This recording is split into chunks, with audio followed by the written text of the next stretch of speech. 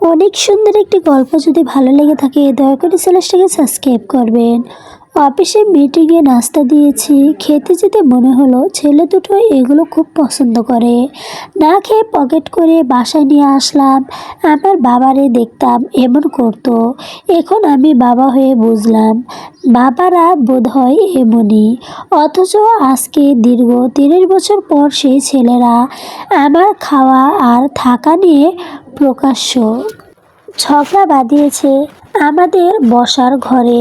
সেই দিন যে দৃশ্য তৈরি হলো তা দেখার চেয়েও আমার মৃত্যু অনেক সহজ ছিল। বড় ছেলে শাফিন গলা উঁচিয়ে বলল, আমি একা কেন বাবাকে খাওয়াবো? বাবা কি আমার সম্পত্তি বেশি দিয়েছে? ছোট থেকেই তো শুভকে মাথায় তুলে রাখা হয়েছে। ছোট ছেলে শুভ্র অত্যধিক কাকসগলায় জবাব দেয়, কেন মায়ের চিকিৎসার খরচ যখন একা চালিয়েছিলাম তখন তো তুমি একটা টাকাও দেয়নি। এখন আমি নতুন বিয়ে করেছি, আমার নিজস্ব সংসার আছে, খরচের হাত অনেক বেশি, তাই তুমি বাবার সব দায়িত্ব নেবে। আমার চোখের সামনে নিজের রক্ত গড়া দুই সন্তান যেন দুটো খপ্পা কুকুরের মতো মাংস টুকরো নিয়ে কামড়াকামড়ি করছে। আর সেই টুকরোটা অন্য কিছু নয়, আমি তাদের নিজের বাবা। তারপর তারা এক প্রকার সর্বসম্মান নিশ্চিন্তেই নিয়ে ফেলল। আমাকে বৃদ্ধাশ্রমে রেখে আসবে। যে ছেলেদের জন্য যৌবন বয়সে নিজের ইচ্ছা, আহ্লাদ, ভালো লাগা সব কিছু বিসর্জন দিয়ে কষ্ট করলাম, যে ছেলেদের মুখের দিকে তাকিয়ে ছোঁড়া জুতা আর একই 60 বছরের পর বছর পার করে দিলাম, সেই ছেলেরা আজ আমার 2 বেলা ভাতের বোঝা বইতে নাজার। আমার নিজের ঘাম আর রক্তর বিনিময়ে গড়ে তোলা এই 6 তলা বিল্ডিংয়ের বিরাট বাসায় আমার বুড়ো হাত দুটো ফেলার মতো বিন্দুমাত্র জায়গা নেই। বুকের ভেতরটা যন্ত্রণায় চুরমার হয়ে যাচ্ছিল, কিন্তু আমি চোখ এক ফোঁটা জল আসতে দেইনি।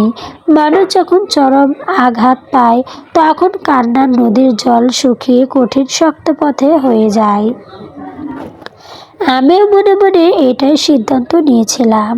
ওরা যদি সিদ্ধান্ত নিতে পারে আমাকে বৃদ্ধাশ্রমে পাঠাবে, তাহলে আমাকে যদি সত্যি সত্যি বৃদ্ধাশ্রমে রেখে আসে আমিও আমার সিদ্ধান্ত অটল থাকব। জীবনে আর কোনোদিন এই বাড়ি পা রাখবো না। ওদের সামনে নিজের অস্তিত্ব প্রকাশ করব না। সেই দিন রাত গভীর হতেই বড় ছেলে শাফিন আমার রুমে এলো। তার পায়ের শব্দই বুঝলাম সিদ্ধান্ত কার্যকর করার চূড়ান্ত বার্তা নিয়ে এসেছে। রুমে ঢুকে দরজার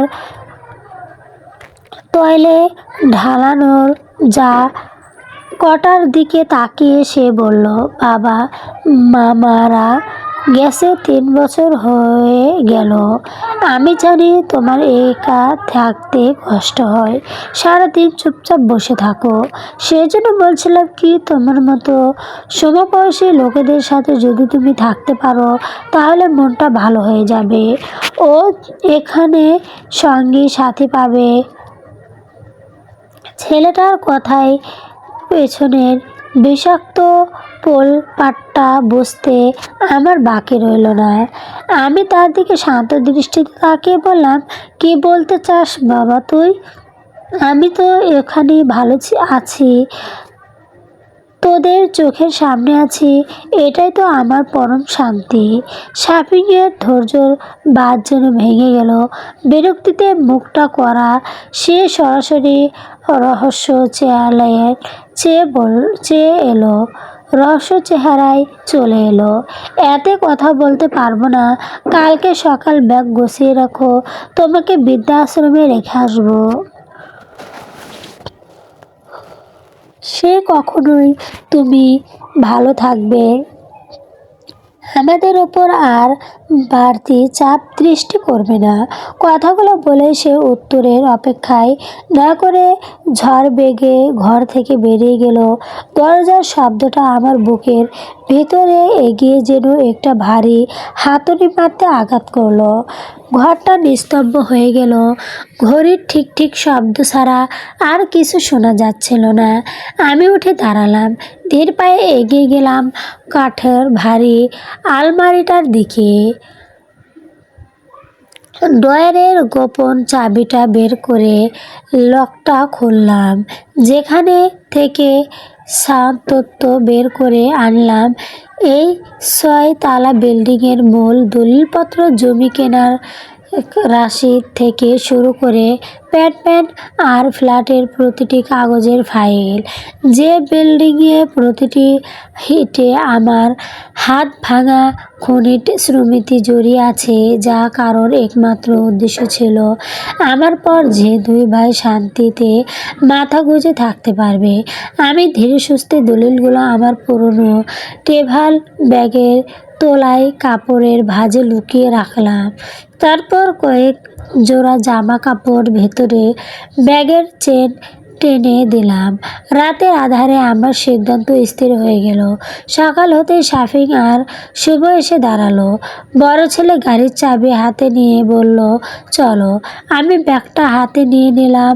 আমার নিজের হাত করা বাড়ি, যার প্রতিটি কোণে আমার চেনা। সেই বাড়ির সিঁড়ি দিয়ে নেমে যাওয়ার সময় একেবারের জন্য পিছনে ফিরে তাকাইনি। বড় ছেলে আমাকে গাড়িতে তুলে নিয়ে বৃদ্ধাশ্রমে রেখে আসলো।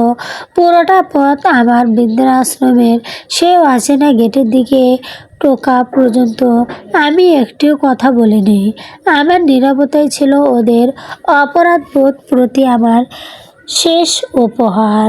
বৃদ্ধাশ্রমের কেয়ারটেকার যখন আমাকে একটা ছোট রুমে নিয়ে বসালো, তখন আমার হাতের ব্যাগটা কথা মনে পড়ল। ব্যাগটার ভেতরে শুধু জামা কাপড় নেই, আছে আমার জীবন মরণ ঘুরিয়ে দেওয়ার মতো সেই দলিলপত্র।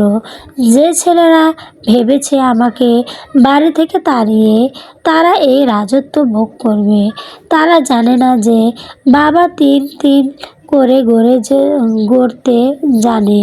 সে সিদ্ধান্ত নিল কক্ষ শুক্র উপরে ফেলতেও জানে। বৃদ্ধাশ্রমের 4 দেওয়ালের ভেতরে রাতগুলো বেড বর আর বড্ড সিদ্ধান্ত। পাশের বেডের আরহম সাহেব সারা রাত হাঁপিয়ে কষ্ট ছটফট করে, আর আমি সিরিয়ালি দিকে তাকিয়ে আমার বৃদ্ধ বয়সের জীবনটাকে হিসাব করতে থাকি। যে ছেলেদের হাতের আঙ্গুল ধরে হাঁটতে শিখিয়েছিলাম, আজ তারা আমাকে সমাজের চোখে অবহেলা না করার মিথ্যা অজুহাতে এখানে ফেলে গেছে।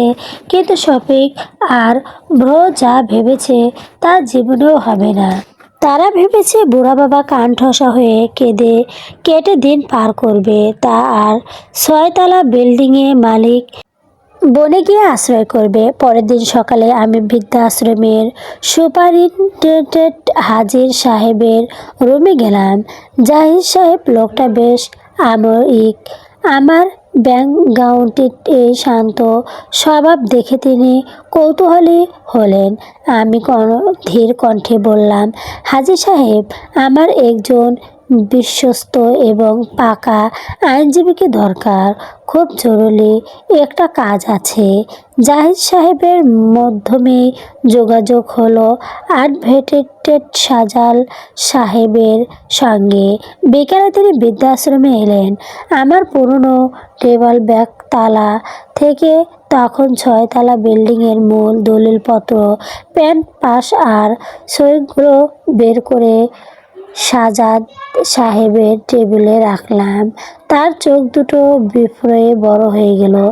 এত বড় সম্পত্তির মূল দলিল আপনি সাথে করে নিয়ে এসেছেন? আপনার ছেলেরা জানে? শাহজাদ সাহেব চোখ কপালে তুললেন। আমি একটা শীতল হাসি হেসে বললাম, ওরা জানে আমি খালি হাত বের হয়ে এসেছি। আইনজীবী সাহেব, আমি কোনো আবেগ দিয়ে সিদ্ধান্ত নিচ্ছি না। যে ছেলেরা আমাকে তাদের ঘর থেকে তাড়িয়ে দিতে পারে, আমার ঘামের টাকায় করা বিল্ডিংয়ে তাদের 1 ইঞ্চি জমিও আমি দেব না। সাজাদ সাহেব চশমাটা ঠিক করে বললেন, আইনগতভাবে সম্পত্তি এখনো পুরোপুরি আপনার নামে। আপনি যা ইচ্ছা করতে পারবেন। আপনি কি চান আমি চাই একটা উইল তৈরি করতে? আমার মৃত্যুর পর কিংবা এখন থেকেই আমার এই 6 তলা বিল্ডিংয়ের সম্পূর্ণ মালিকানা যাবে এই বৃদ্ধাশ্রমের নামে। ফ্ল্যাটগুলো থেকে প্রতি মাসে যে মোটা অঙ্কের ভাড়া ওঠে তার সবটা চলে আসবে এই টেটাট অ্যাকাউন্টে, যা দিয়ে এই আশ্রমের মতো অসহায় বৃদ্ধদের চিকিৎসা আর খাবারের খরচ চালানো হবে। আর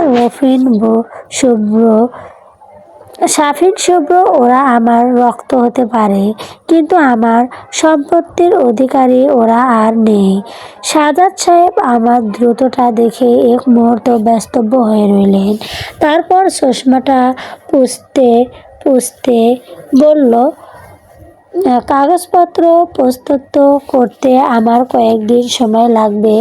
সব রেডি করে আমি ম্যাজিস্ট্রেটের উপস্থিতিতে সব কারণে ব্যবস্থা করছি। এদিকে আমার ফেলা আসা রাজত্ব তখন অন্য ঝড় উঠেছে। সাফিন আর শুভ্র ধরে নিয়েছে বাবা চলে গেছে, এবার ফ্ল্যাট আর দোকানগুলোর ভাড়া ভাগাভাগি করে নেব। কিন্তু মাসের 1 তারিখ আসতেই বাঁধল আসল সম্পত্তি নিজ তালার দোকানদার এই ফ্ল্যাটের পুরনো ভাড়াটা সাফ জানিয়ে দিল, সাহেবের লিখিত অনুমতি আর ডানার ব্যাংক অ্যাকাউন্ট ছাড়া আপনারা কেউ ভাড়া দেবেন না। হতাশ ও ক্ষিপ্ত হয়ে সাফিন আর শুভ্র বাবার ঘরের কাঠের আলমারি ভেঙে ফেলল। ড্রয়ার তল্লাশ করে তাল কুচি সব তোলাপার করে ফেলল তারা, কিন্তু কোথাও মূল দলিলের কিছুই নেই। জমি কোনোর মূল কাগজ না থাকলে তো ফ্ল্যাট বিক্রি করা দূরের কথা, ব্যাংক লোন নেওয়া বা নাজদারি করা সম্ভব। শুভ্র চেঁচিয়ে উঠল, ভাই বুড়ো কি কাগজগুলো সাথে করে নিয়ে গেছে নাকি? ও তো ব্যাংক শুধু কয়েকটা জামা নিয়ে গেল। সাফিন গলায় ট্রাই ঠিক করতে করতে রাগে ফুঁসছিল, অসম্ভব, এত বড় দলিলের ফাইল ও কোথায় লুকাবে? চল বৃদ্ধাশ্রমে গিয়ে বুড়োকে ধরি, দলিল ছাড়া আমরা তো পথে বসে যাব। দিনটা ছিল বৃহস্পতিবার। বৃদ্ধাশ্রমের ছোট অফিস ঘরে তখন আন্ডারগ্রেডেড সাজেদ সাহেব, একজন পাবলিক এবং 2জন সাক্ষী উপস্থিত। আমার সামনে রাখা চূড়ান্ত টেটাট আইনি দলিল। হাজির সাহেব বারবার জিজ্ঞাসা করেছিল, সাহেব আপনি কি সত্যি নিশ্চিত এটা সেই করলে আপনার ছেলেদের আইনি কোনো অধিকার আর থাকবে না? আমি কলমটা হাতে নিলাম আর হাত একটু কপালে না। যে ছেলেরা আমার রক্তর সম্পর্ক বিসর্জন দিয়েছে তাদের সাথে আর আইনি সম্পর্ক রেখেও কোনো অর্থ হয় না। আমি সাইন করে দিলাম। ঠিক সেই মুহূর্তে বৃদ্ধাশ্রমের দরজায় বিকট শব্দ করে একটা গাড়ি এসে থামল। ধমধম করে পা ফেলা ভেতরে ঢুকে পড়ল সাফিন আর শুভ্র।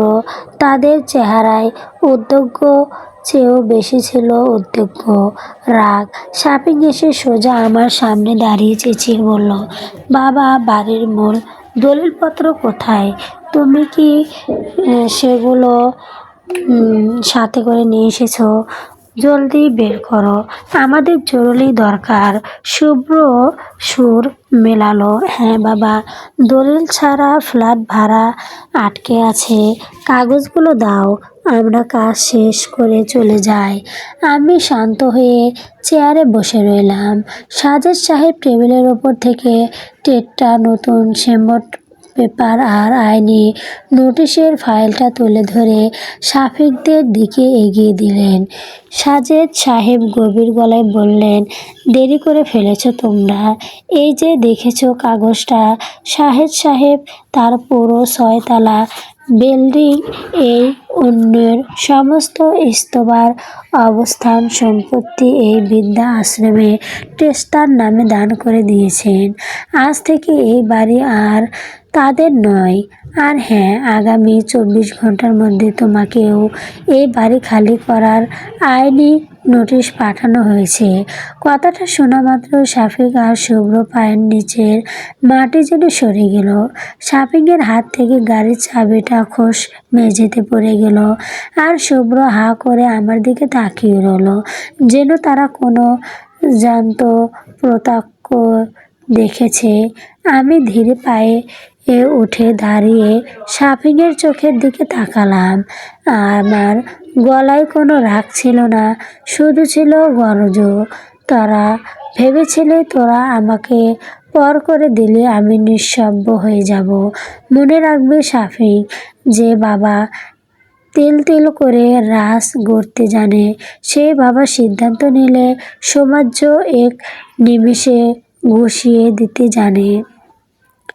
আমার মুখের কথা শুনে শাফিক আর শুভ্র বেশি কিছুক্ষণ একদম চুপ হয়ে রইল। হয়তো তারা বিশ্বাস করতে পারছিল না যে তাদের সেজা ঝাপটা বাবাটা এমন একটা চল চালতে পারে। হঠাৎ শাফিক অ্যাডভোকেট সাজেদ সাহেবের টেবিলের ওপরে হাত দিয়ে চাপ মেরে চিৎকার করে উঠল, আপনি কি আমাদের বোকা পেয়েছেন? বাবা এই বয়সে মানসিক অসুস্থ, ওনাকে ফুসলিয়ে এই বৃদ্ধাশ্রম আমাদের নামে সব লিখে নিয়েছেন, আপনাদের নামে সব লিখে নিয়েছেন। আমরা কোর্টে যাব, মামলা করব। সাজেদ সাহেব টেবিলের ওপর থেকে চশমাটা তুলে মুছে নিলেন, তারপর শান্ত গলায় বললেন, কোর্টে যাও তো আপনাদের অধিকার, তো ভেবেচিন্তে পা বাড়াবেন। শাহেদ সাহেব একদম সুস্থ আর সাজ্ঞান এই সিদ্ধান্ত নিয়েছেন। সিভিল সার্জ থেকে শুরু করে প্রথম শ্রেণীর ম্যাজিস্ট্রেট সবাই এখানে উপস্থিত থেকে কাগজে সাইন করিয়েছেন। আইনে কোনো ফাঁক ফোকর রাখা হয়নি। খামেখা কেসের পেছনে টাকা নষ্ট করে পথ বাঁচাবেন না। শুভ্র এবার একদম ধূপ করে আমার পায়ের কাছে বসে পড়ল। একটু আগে যার মুখে ছিল উদ্বিগ্ন ভাব, সেই গলায় এখন উপচে পড়ছে তীব্র ভয়। বাবা, আমাদের ভুল হয়ে গেছে, তুমি আমাদের এভাবে রাস্তায় বসিয়ে দিও না। আমি নতুন বিয়ে করছি, বউকে নিয়ে এখন কোথায় দাঁড়াবো? ভুলে তো মানুষই করে বাবা, চলো আমরা বাসায় যাই। আমি শুকনো দেশ শুভকে দেখলাম। এই শুভ যখন ছোটবেলায় অসুস্থ হতো, কত রাত যেন না ঘুমিয়ে কাটিয়ে দিয়েছি। আজ সেই ছেলে নিজের সুবিধার জন্য কান্নাকাটি করেছে, কিন্তু যে কান্না মানুষ শুধু নিজের স্বার্থ হারানোর পরে কাঁদে, সে কান্নায় আমার আর মন গলে না। আমি সোজা হয়ে বসে বললাম, তুই যখন বইয়ের সংসারে অজুহাত দিয়ে আমাকে বাড়ি থেকে বের করে দেওয়ার প্ল্যান করেছিলি, তখন একেবারেও মনে হয়নি তোর এই বুড়ো বাপটার কথা থাকার মতো একটা জায়গা দরকার। তোদের কাছে তো আমি এক টাকাও চাইনি, শুধু চেয়েছিলাম নিজের বানানো বাড়ির একটা কোণে একটু শান্তি। সেখানে তোরা আমাকে বোঝা বানিয়ে দিলি। ক্ষমা করার শাস্তি আমার কাছে শুভ্র, কিন্তু তোদের ওপর যে বিশ্বাসটা ছিল সেটা আর কোনোদিন ফেরত আসবে না। পরের দিন সকালের মধ্যে বিষয়গুলো আইনভাবে রূপ নিল। প্রশাসনের লোক এসে 6 তলা বিল্ডিংয়ের মূল গেট নতুন বোর্ড ঝুলিয়ে দিল। পিতামাতার আশ্রয়। টেস্ট। সাফিন আর শুভ্রর সামনে আর কোনো পথ ছিল না। ম্যাজিস্ট্রেট আর পুলিশের উপস্থিতিতে বাধ্য হয়ে নিজের ব্যাগ পকেট গুছিয়ে তাদের রাস্তা নামতে হলো। বিল্ডিংয়ের নিচে নেমে দুই ভাইয়ের বউদের ঝামেলা শুরু হয়ে গেল। কার স্বামীর কারণে আজ রাজপ্রাসাদ ছেড়ে রাস্তায় নামতে হলো তা নিয়ে নিজেদের মধ্যে শুরু হলো বাঁকা বিক্ষিপ্ত। আর সাফিন আর শুভ্র একে অপরকে দোষ দিয়ে কলার ধরে মারামারি করার উপক্রম। যে 6 তালা বাড়ি নিয়ে দুই ভাইয়ের এত অহংকার করেছিল, ভাড়ার টাকা ভাগ করা নিয়ে আমার সামান্য ঝগড়া করেছি, আজ সেই বাড়ির দরজাতেই তারা নিঃস্ব গৃহিণী। আমি একটা রিকশায় ওঠার সময় সাফিন দৌড়ে এসে রিকশার হুড ধরে কেঁদে ফেলল, বাবা, আমাদের একটা শেষ সুযোগ দাও, আমরা তোমারই তো সন্তান। আমি তার দিকে তাকিয়ে বললাম, তোদের কোনো শান্তি আমি দেইনি, অশান্তি দেইনি সাফিন, তোরা আমাকে পর করে নিজেরা রাজত্ব করতে চেয়েছিলি। আমি শুধু তোদের নিজেরও উপার্জনের, নিজের পায়ে দাঁড়ানোর সুযোগ করে দিলাম। যে সন্তান নিজের বাবার কষ্ট সম্মান দেয় না, কোনো বাড়ি তাদের কাছে স্থায়ী হয় না। রিকশা চালাতে শুরু করলো। পেছনে পড়ে রইল আমার রক্ত ঘামে বানানো দোলনাটা, আর তার সামনে দাঁড়িয়ে রইল দুটা মাথা নেয়ানো সন্তান। বৃদ্ধাশ্রমের নিজের ছোট রুমটাতে ফিরে এসে ট্রাভেল ব্যাগটা এক পাশে রাখলাম। জানালার বাইরে তাকাতেই বিকাল হালকা বাতাস মুখে লাগলো। বুকের মধ্যে কোনো রাগ বা আফসোস নেই, অদ্ভুত একটা হালকা ভাব কাজ করছে। নিজের সারা জীবনের উপার্জন দিয়ে দুই ছেলেকে ঘর বানিয়ে দিতে গিয়ে নিজের আশ্রয় হারিয়েছিলাম। আর সেই 6 তলা বাড়িটা হয়তো আমার রইল না, কিন্তু আমার মতো আরও অনেক নিঃস্বত্ব মানুষের মাথা গোঁজা ঠাঁই হয়ে গেল। জীবনের এই শেষ প্রান্তে সে হয়তো নিজের ছেলেদের হারিয়েছিল, কিন্তু নিজের আত্মসম্মানটুকু হারায়নি। চলবে। গল্পটি অনেক সুন্দর। যদি ভালো লেগে থাকে দয়া করে চ্যানেলটাকে সাবস্ক্রাইব করবেন। আপনাদের সাবস্ক্রাইবের কারণে মানুষের মনে একটু শান্তি আসবে। আল্লাহর কাছে দোয়া রইল। খোদা হাফেজ।